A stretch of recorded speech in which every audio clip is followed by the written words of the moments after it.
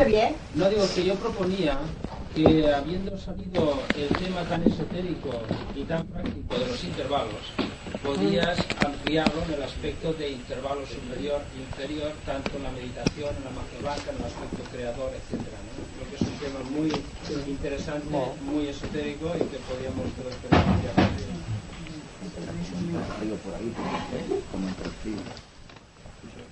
Bueno, el intervalo siempre debe suceder a un momento de actividad, es un reposo que tiene, por ejemplo, en el caso de los pulmones, la inhalación, entre la inhalación y la exhalación existe un momento natural, de silencio, de intervalo, que hace posible que el cuerpo incorpore el prana que existe en el éter. Esto no lo hacemos nunca, respiramos, digamos, debido a los erróneos métodos de vida, de una manera, digamos, desilvanada, sin un movimiento rítmico. Y por lo tanto, esotéricamente hay que reconstruir un ritmo que se ha perdido.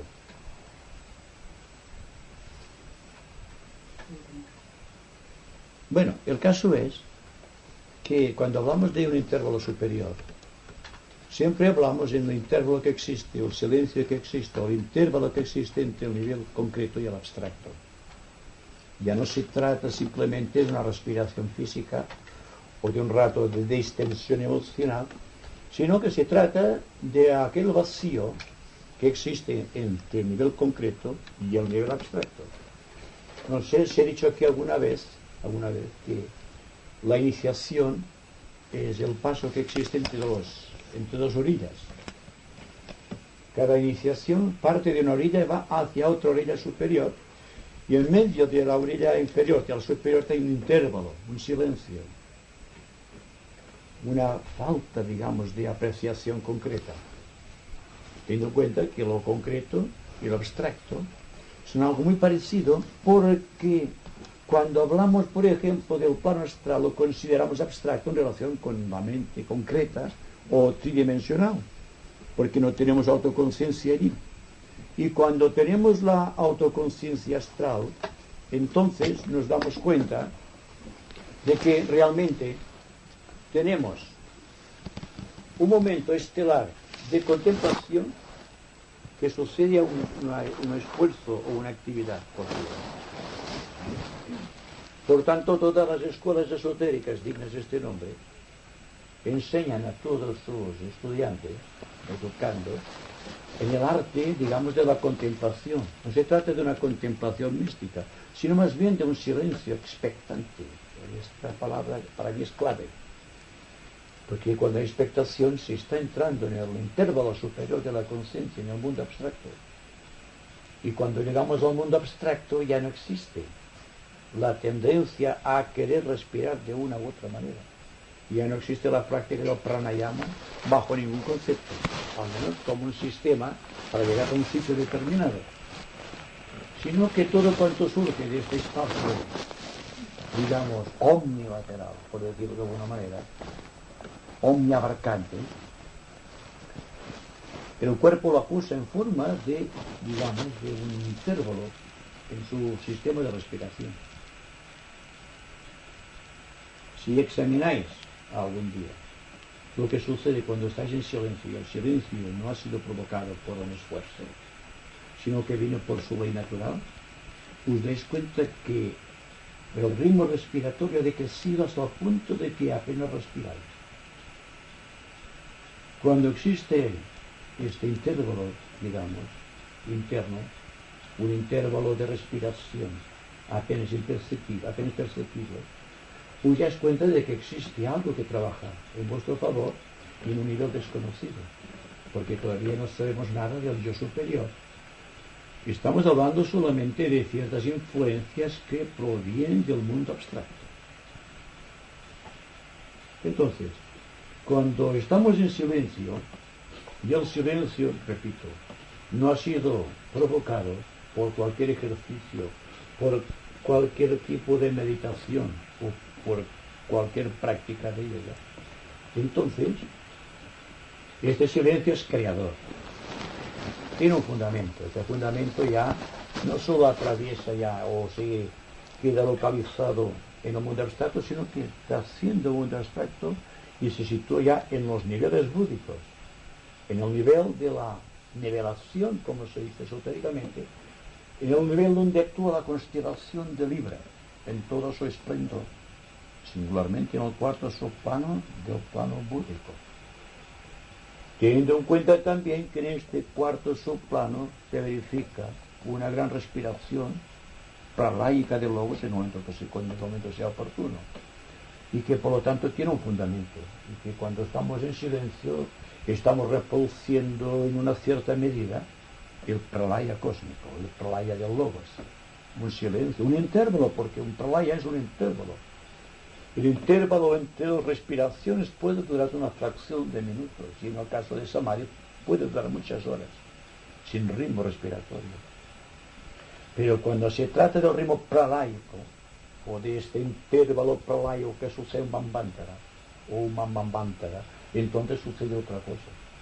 Existe una eclosión de siglos que van descorriéndose, millones de años.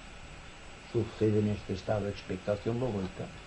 Y esto precisamente es lo que nos da la clave de todo cuanto existe en la naturaleza, que tiene que ver con los intervalos. Un intervalo siempre está en relación con el gran pralaya. Es decir, que aprendemos por la experiencia a tener nuestro propio pralaya, teniendo en cuenta para nosotros que el pralaya se halla en el plano astral superior, o en el plano mental superior, en su defecto, en donde va el alma a refugiarse después de la muerte del cuerpo físico, donde tiene allí una respiración diferente de la que ha respirado hasta aquí. Quizá os parecerá extraño que os hable de respiraciones cuando se está hablando del plano mental o del plano astral, pero realmente se respira de una manera, digamos, muy diferente de nosotros. Por ejemplo, aquí tenemos el cuerpo físico denso, nos podemos abrazar y podemos tener contactos en todo el orden físico porque son cuerpos densos. Porque, hablando de otra manera, porque nuestro cuerpo y nosotros formamos una autoconsciencia perfecta. Somos perfectamente autoconscientes en el cuerpo y el cuerpo es denso de esta manera. Pero, si el día que seamos autoconscientes en el plano astral, no sucederá lo mismo. Las cosas se dan una dimensión muy parecida a la del cuerpo físico. Las cosas del plano astral nos parecerán físicas porque serán densas para nosotros. Y es ahora que nos parecen abstractas. Es como el aire, no lo podemos coger. Pero ¿qué pasaría si fuésemos de la misma sustancia que el aire? Entonces aquello sería denso para nosotros. Lo mismo sucede con el plano mental. Cuando tengamos la autoconciencia en el plano mental y podamos ejercitar los poderes psicológicos a través de este cuerpo, todo cuanto esté en el plano mental nos parecerá concreto, debido a que nosotros tenemos autoconciencia en el plano mental. ¿Ven? Cuando hablamos de un intervalo es cuando estamos hablando de un plano con respecto a otro. Por ejemplo, el intervalo que va desde el plano físico al plano astral, en el momento de la muerte, en donde hay un intervalo que el alma registra en sus átomos permanentes. El intervalo que existe cuando pasa de un plano a otro, o cuando las entidades que constituyen la especie dentro de un reino pasan a otra especie dentro del mismo reino, o cuando las unidades de una especie inferior pasan a engrosar las unidades de una especie superior de otro reino. Hay un silencio entre este momento en que sales de lo inferior y te refugias en lo superior, que es lo mismo que estamos diciendo cuando pasamos del plano concreto mental al plano abstracto mental. Y la meditación trascendente, no la meditación trascendental, la meditación trascendente del alma es cuando existe un intervalo tan grande, tan dilatado, que realmente la meditación se ha convertido casi en contemplación, se ha convertido en samadhi, entonces no existe respiración. Es decir, que el intervalo es tan dilatado que realmente se goza del fruto de la acción kármica que viene a través del prana que existe en el éter. Podéis relacionarte el prana con el karma de la misma manera que relacionamos el prana físico con el átomo permanente físico. Y sin embargo existe esta relación. La relación del plano astral con el átomo permanente astral y con todas las reacciones astrales y con la forma de respirar que tenemos en el plano astral. Y lo mismo sucede con el átomo permanente mental, que no es más que la síntesis de todas las experiencias mentales y las facultades mentales, y ha ido acumulando el ego a través de las edades, y así subiendo hasta llegar al plano que queráis, el plano átmico. Con el átomo permanente átmico sucede lo mismo. Damos cuenta que os hablo así porque nuestro universo es físico. Si tuviésemos que hablar del plano astral cósmico, tendría que hablar de otra manera. Pero es que estamos hablando de los planos tal cual existen en nuestro sistema solar, que es el cuerpo físico de una entidad cósmica. Y el que dirige la actividad física de este logos cósmico es nuestro logos solar. Por lo tanto, cuando hablamos de materia y sustancia, nos referimos exactamente a nuestro logos solar, teniendo en cuenta que todos los planos de nuestro universo son subplanos del plano físico cósmico. Y que cuando estamos avanzando a través de los intervalos, estamos tratando de ser conscientes de una u otra manera en cada uno de los subplanos de este plano físico cósmico, de la misma manera que nuestro logos planetario está tratando de ser consciente en el plano astral cósmico. Y el logos en el plano mental cósmico, el logos solar me refiero. Así que todo tiene una relación, si os dais cuenta. Pero si aquí estamos, por ejemplo, en un momento de expectación tan grande, o en una respiración tan profunda, que el intervalo deja de tener tiempo, entonces es un buen síntoma del ángulo de vista de la percepción del yo, que respira más allá de lo que precisa su propio elemental físico, que es el que te inspira a la respiración, que es el que te induce a la respiración. Es decir, que el elemental físico tiene una manera física de respirar, pero no es la manera del ego de respirar, porque el ego respira de acuerdo con vientos cósmicos, como se dice en el libro de los iniciados, y no con ambientes planetarios.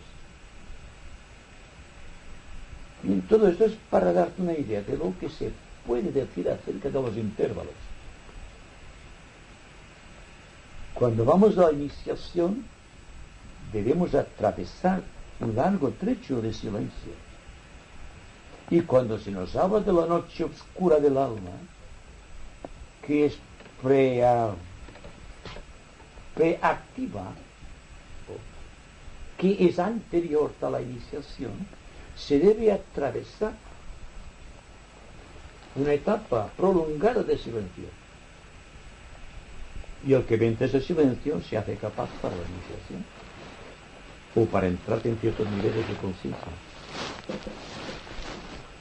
Es decir, se trata solamente de utilizar la analogía. La analogía es vigente para nuestro universo de segundo rayo. No sabemos si esta analogía servirá para otros sistemas solares o para otras constelaciones. Nos referimos al sistema cósmico de segundo rayo, y hace que todo lo que sucede arriba sucede abajo, y todo cuanto sucede abajo sucede arriba. Cuanto se atare en la tierra será atado en el cielo, y cuanto aquí se desatare también será desatado en el cielo.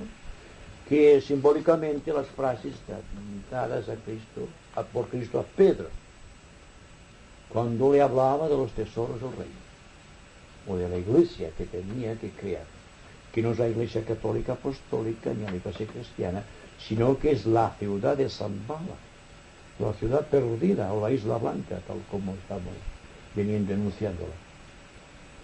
Todo este cuanto estamos diciendo tiene su valor práctico si sabemos aprovecharlo. Yo os diría primero que no hay que pretender respirar de una manera determinada siguiendo cualquier curso de pranayama de cualquier escuela esotérica o no esotérica, o cualquier sistema de yoga, sino que la mente, a medida que va pasando del nivel intelectual o concreto inferior al nivel superior o abstracto, existe una tendencia a respirar de una manera completamente distinta a cómo hemos respirado hasta este momento. Y al principio nos causa una gran extrañeza debido a que no estamos acostumbrados a los intervalos. Conocemos la inhalación profunda, suave, rítmica, tal como asegura cualquier escuela de pranayama, pero se habla muy poco de los intervalos. Porque el intervalo, si lo analizáis, es el paladar de la conciencia en lo que se refiere al prana. En el intervalo, el cuerpo paladea y asimila el prana que existe en él. Y cuando devuelve aquello, con el tiempo es tan puro que cuanto ha entrado dentro. Por eso tenemos el iniciado en los antiguos misterios del Egipto misterioso, en que el iniciado era sepultado y tenía que respirar constantemente con lo poco aire que quedaba en sus pulmones. Y pasaba varios días así, respirando porque su aire era puro y por lo tanto no creaba ninguna dificultad. Estaba en un intervalo maravilloso porque no tenía necesidad de respirar. Y aún hay yogis en cualquier parte del mundo que practica todavía este sistema de la sepultación para respirar con su propio aliento. Lo hemos visto, ¿verdad?, en algunos casos. Pues bien, se trata simplemente de hacerlo a la manera esotérica, sin querer forzar la máquina. Porque daos cuenta que estamos llevando nuestro cuerpo, no solamente este, sino una serie numerosa de cuerpos, yo diría casi incontable, de cuerpos que hemos tenido a través de las edades. Y las experiencias de todos los cuerpos están cifradas en el átomo permanente físico.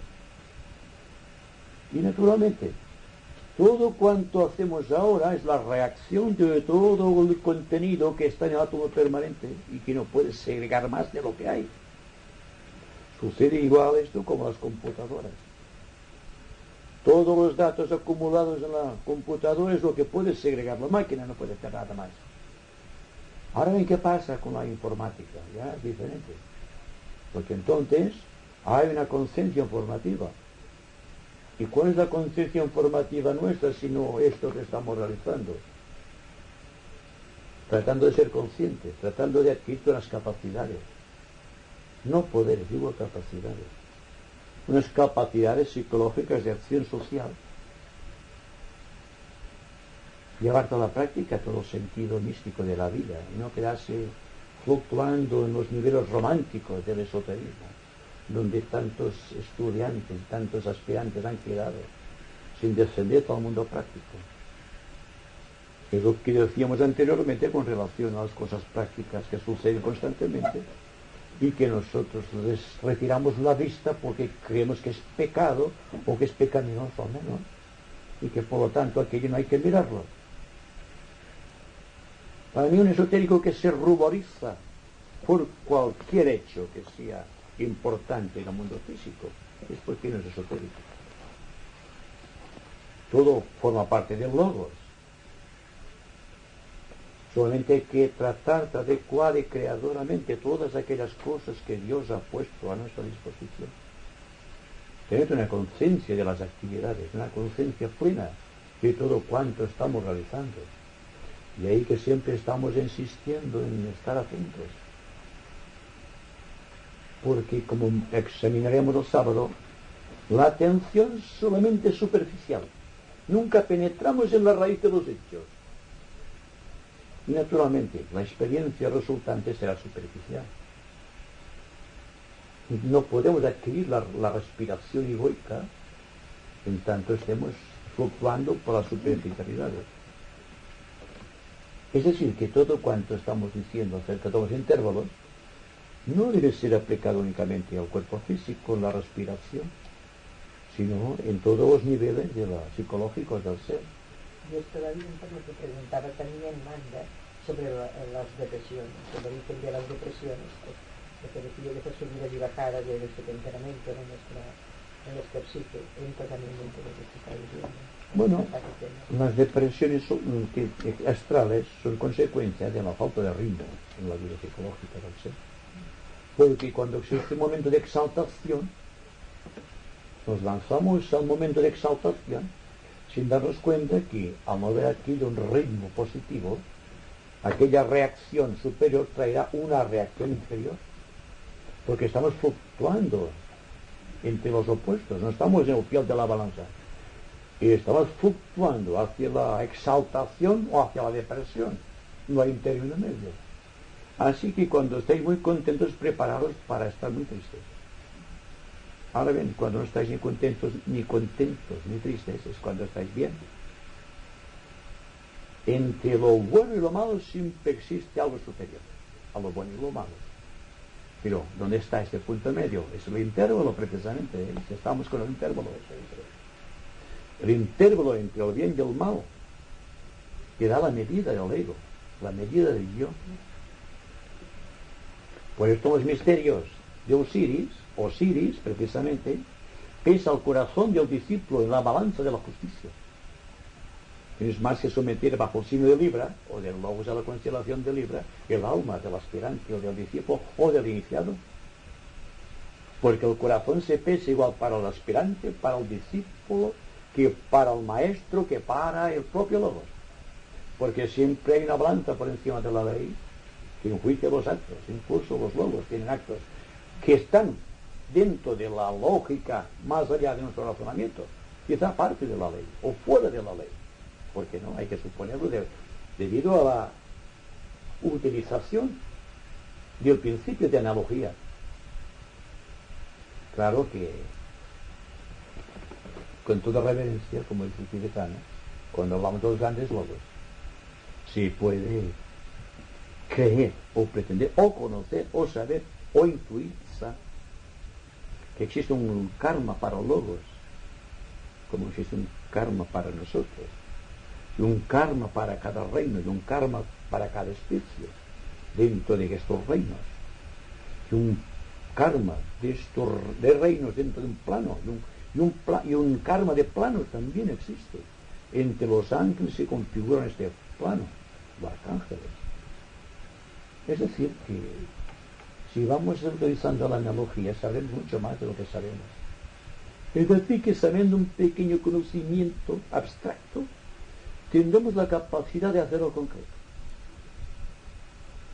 a través del discernimiento. Pero algo concreto, intelectual, utilizando la mente superior, se convierte en abstracto. Es como el humo, que cuando sale de la chimenea, y esto es un símil que utilizo frecuentemente, tiene un relieve, tiene una característica, se puede definir el humo que sale de la chimenea. Pero cuando se va extendiendo por el espacio y llega a formar parte del éter, no podemos percibirlo. Se ha convertido en sutilidad. Pues bien, hay que ser sutiles en todos los momentos. Y esto será posible solamente si tenemos atención a lo que sucede. Es como si creásemos un intervalo de atención dentro de la conciencia después de una serie infinita de distracciones. No sé si habéis comprendido. Más o menos me refiero a que cuando hablamos de un intervalo, tenemos la sensación de que hablamos físicamente, una respiración, un intervalo, o una inhalación, un intervalo de exhalación, otro intervalo precursor de otra inhalación, y así va siguiendo. Y cada cual tiene su propio ritmo de esta manera, porque las personas corrientes tendrán un ritmo lunar. Igualmente tendrán una inspiración, tendrán muy rápida, un intervalo muy rápido, una exhalación muy rápida, y también muy rápido será el momento intervalo que sucede o que es precursor de la otra inhalación. Y para los seres, por ejemplo, ya más avanzados, los aspirantes y algunos discípulos, se utiliza el ritmo planetario, que es el día, la noche, las auroras y los crepúsculos. Entonces, aquel rato que existe de intervalo que va de la noche al día, que domina la aurora, hasta que el sol está en su cenit, es un momento cumbre. O cuando cuando se pone el sol hasta la noche completa. Esto nos lleva a la conclusión también de que los magos negros utilizan los intervalos. Utilizan el intervalo que va, digamos, pegado o unido o concatenado con las sombras de la noche.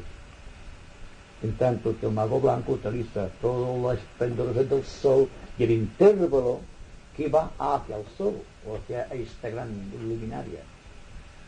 Y siempre veremos al fin que hay entre el mago blanco y el mago negro, trabajando de noche o trabajando de día, un intervalo de silencio, medido por el propio lobo, y también puede ser medido por los iniciados de la gran fraternidad, que están utilizando aquel momento en que no existe ni mago blanco ni mago negro para ver la voluntad de Dios en su justa esencia, sin deformación posible. Entonces no existe un parlaje planetario ni lunar, tampoco existe entonces sin deformación algo que está viviendo el ego en toda su plenitud. Pues bien, este silencio es el precursor de la iniciación.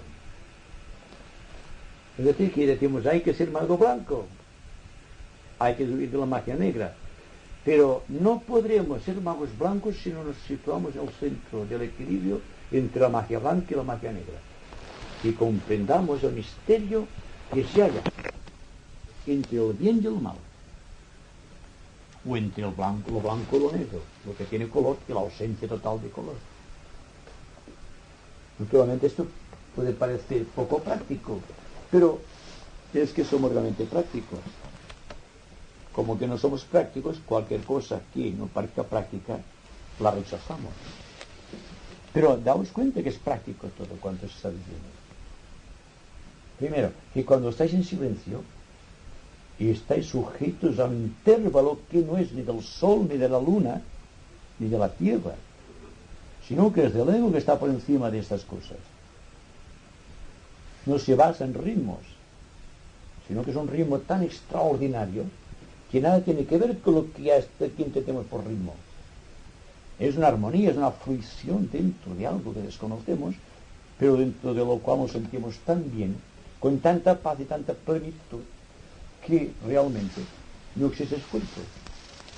Y el primer síntoma de que no hay esfuerzo es que no existe respiración. Y esto no solamente se aplica al plano físico, sino a todos los planos, dentro de los cuales tenemos algún cuerpo. Así que hazte una pregunta para llevar esto más adelante, o como queráis, ¿eh? Pero es interesante, ¿eh? Es interesante que meditemos sobre los intervalos en un sentido, digamos, desapasionado.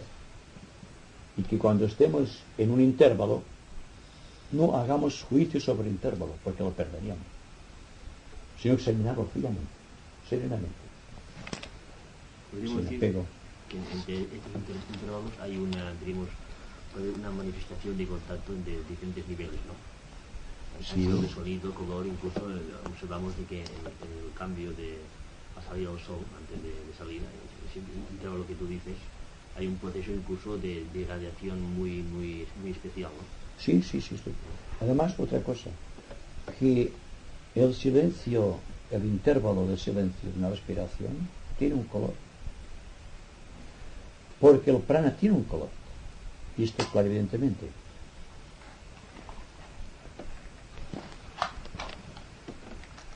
Lo mismo sucede cuando hablamos de una frecuencia tan elevada en un mundo superior, que podemos considerar un intervalo desde nuestro ángulo de vista, que tiene un color definido. Y también que se aprecian notas distintas en cada uno de los intervalos. Por lo tanto, el intervalo no solo obedece a una actividad, digamos, de la conciencia yogoica, o la logoica, o egoica de nuestra vida, sino que el logos también tiene estos intervalos. Y el pralaya entonces tiene un color definido, que no será el color típico del segundo rayo, sino que será quizá el amarillo del plano búdico. Y tendrán una nota definida, que no será el fa de la naturaleza, la nota que da toda la naturaleza en su plenitud, sino que será una nota desconocida que proviene de niveles cósmicos y que no le podemos asignar o encuadrar dentro de los limitados cánones que existen acerca de las notas conocidas, o las 7 notas del pentagrama. Será algo más. Pero si una persona desarrolla con el tiempo la clarividencia y examina a una persona que está respirando, se dará cuenta de la reacción del ego a la respiración. El prana tiene un color definido, visto desde el plano causal, y otro color visto desde el plano mental inferior, o otro si lo ve desde el plano astral. En el plano físico y en el plano etérico, si tenemos visión etérica, también tiene un color distinto. Entonces es la reunión de estos colores, constituyen un color definido cuando llega el momento en que existe realmente un intervalo creado. Cuando el ego está paladeando el karma, el prana. Y naturalmente eso trae unas consecuencias del ángulo de vista de la electricidad. Hay una relación entre el prana y la electricidad. Podemos decir que respiramos electricidad. Y que naturalmente cuando tengamos los vehículos muy equilibrados y tengamos una idea acerca de los intervalos, sin prestarle una disciplina específica a los intervalos, sino que se producen por su modo de activar la vida psicológica, nos damos cuenta que nos hacemos radioactivos, que nos hacemos magnéticos e influyentes, y que realmente no solamente al respirar impregnamos el karma del logos a través del prana, sino que exterminamos de raíz el karma del pasado. Nuestra proyección magnética es precisamente porque respiramos electricidad. La parte sustancial del prana ha desaparecido. Y cuando esto sucede, el iniciado no tiene necesidad de comer, porque absorbe la vitalidad directamente del éter, sin pasar por los pulmones, sino que lo absorbe por todos los poros de su piel, por cada una de sus fases orgánicas y procesos psicológicos. Pero eso tiene que venir con el tiempo, porque había un trastrueque social tan tremendo que todo el mundo dejase de comer porque respirase adecuadamente, que los valores, digamos, sociales se irían abajo. Fijaos bien. Solo hablamos de casos aislados del iniciado que llega al intervalo creado de Samadhi, que no respira solamente la sustancia etérica, sino que respira la electricidad que está en el trasfondo del prana. Y a medida que va creciendo la intensidad, el prana es más eléctrico. Todo es prana, solamente difiere el prana cuando lo examinamos desde el punto de vista físico o cuando lo examinamos, por ejemplo, desde el plano búdico. Ha sucedido algo tremendo aquí para pasar el prana de un nivel a otro. Porque todo es prana, todo es etérico. en este universo de segundo rayo. Ocurre simplemente que nuestros vehículos están capacitados para absorber más que prana físico. Y por lo tanto, estamos impregnados de sustancia física o de sustancia kármica, como queráis. Y que cuando estamos en reunión serena y el grupo está integrado, estamos respirando algo de electricidad pránica. Y el silencio podríamos también motivarlo en términos de electricidad, o si lo preferís en términos de fuego. Aunque no es el fuego que conocemos, es un fuego superior. Es un fuego solar, el fuego que está dentro del espíritu y a través del ego viene a nosotros. En fin, creo que si la idea está clara, podemos ir al silencio, como queráis, ¿no? Si hay algún punto que no sea demasiado claro, podemos extenderlo un poco más en detalle. Sí, quizás proponer un poco más el aspecto práctico del aprovechamiento de la energía creada en los intervalos para, por ejemplo, hacer magia blanca, curaciones, sincronización con los superiores. Sí, pero para trabajar en ese sentido, de una manera inteligente y utilizando todos los poderes que nos da la respiración de fuego y no la respiración de prana sustancial, hay que darse cuenta si hemos alcanzado este punto que podamos dar energía pránica o que la energía la precisamos para nosotros, para la subsistencia. Teniendo en cuenta que a medida que nos hacemos radioactivos o eléctricos o magnéticos, dejamos de ser presa del ambiente. Porque el ambiente en sí absorbe mucho prana de nuestra vida. Cuando una persona está delicada de salud, es porque parte del prana se ha diluido en el éter sin poder absorberlo. Por lo tanto, hay que vivir de una manera adecuada, más que buscando un sistema de aprovechar la energía, de una manera adecuada para que esta energía quede en nosotros. Y cuando se produce la radiación magnética, es porque todo el prana asimilado ha llegado a los centros, los ha completado y aún queda un sobrante. Entonces sucede como el caso de Cristo, que curaba por imposición de manos o solamente tocando la túnica o su túnica con la que iba vestido. Hay mucho tema, pero primero que todo hay que estar armoniosamente equilibrados dentro de la vida social donde estamos inmersos. Por ejemplo, podemos vivir sin prestar más atención a una cosa que a otra. Que un hecho, por ejemplo, que sea muy importante, le demos más importancia que otro menos importante, sabiendo que todo tiene su importancia desde el punto de vista de la divinidad. Si podemos responder a esta pregunta, sabremos lo que tenemos que hacer. O ves que amamos más a los nuestros que a los demás. Aquí hay una gran motivación y hay que señalar atentamente cuándo podemos curar a los demás.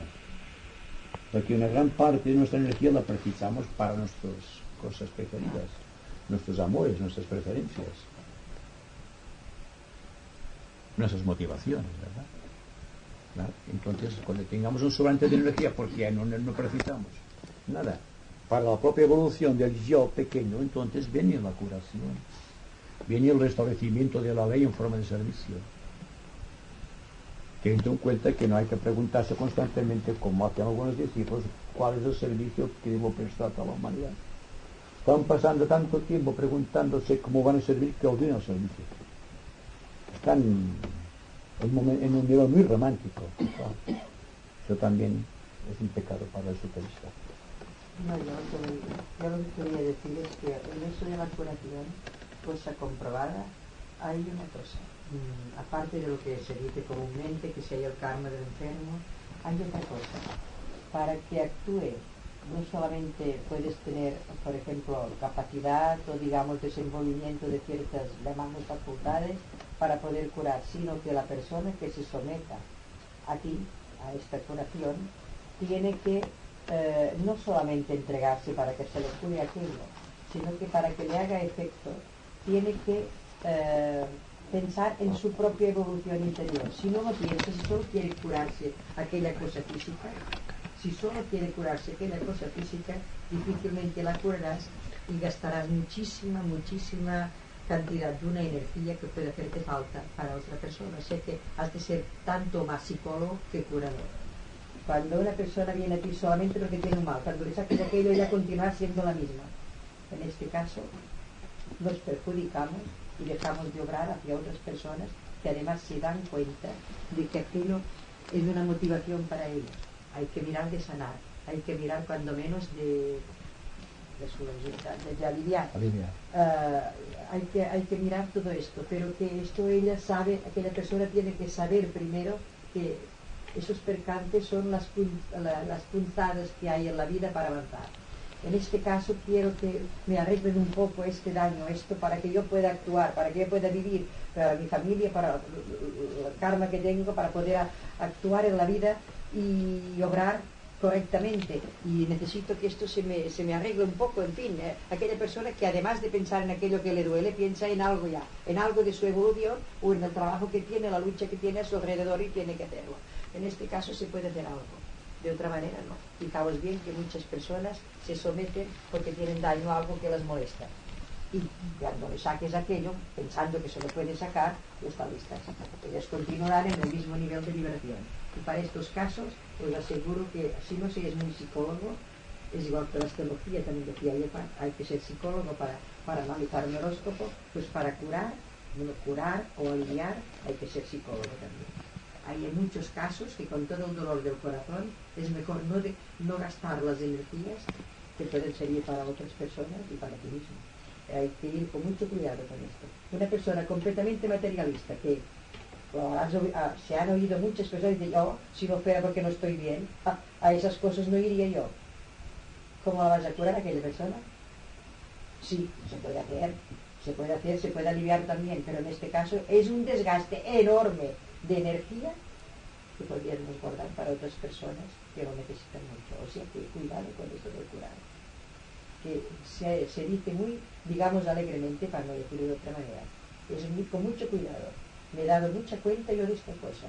Que muchas personas, lo que tenemos que hacer es ayudar constantemente a que se les desvele la capacidad mental para poder darse cuenta que se sufre porque es una de las motivaciones para avanzar internamente.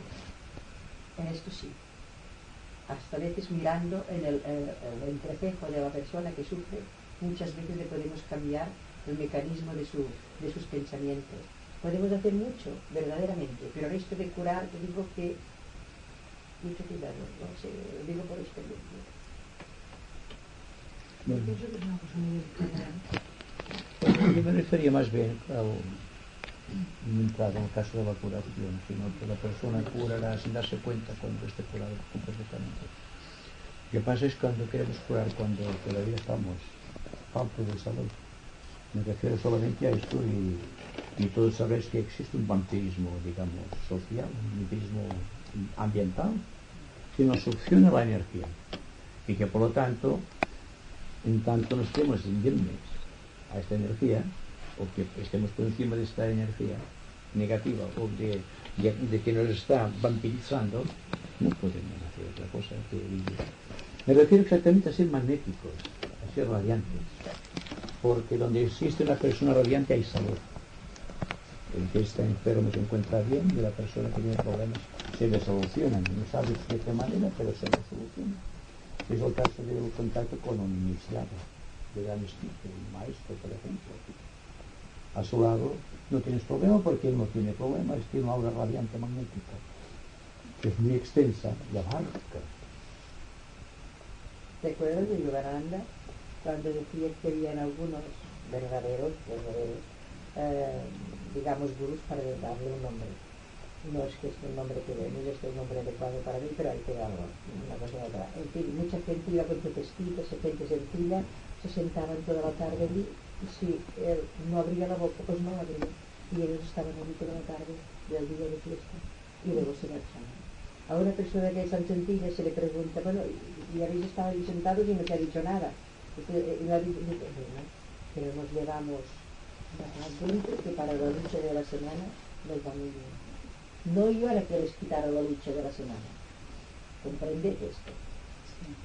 No iban a que les quitara la lucha de la semana, sino que aquello, porque con aquella fuerza, aquella paz, sentían, es como, no sé, es como un consuelo, es algo que les daba la fuerza para ir haciéndolo. En este caso es cuando, si se piensa así, es cuando aquella ley del péndulo no puede obrar tanto, aquello de que ahora estamos muy arriba, ahora estamos muy abajo, muy contentos, muy tristes, este ondular continuo, ¿verdad? No existe cuando aquella lucha sabes que tienes que hacer, ¿no? Que hay que hacer, pero con otra paz, con otras fuerzas internas. No, a mí me interesó mucho esta página porque la gente me decía, yo buscaba esta frase, ¿qué hacéis? Que no, nos da fuerza y serenidad para la lucha. Pero que mirad que muchas personas quieren que algo les quite la lucha. Y aquí está. Esto empalma con lo que decía del cura. Bueno.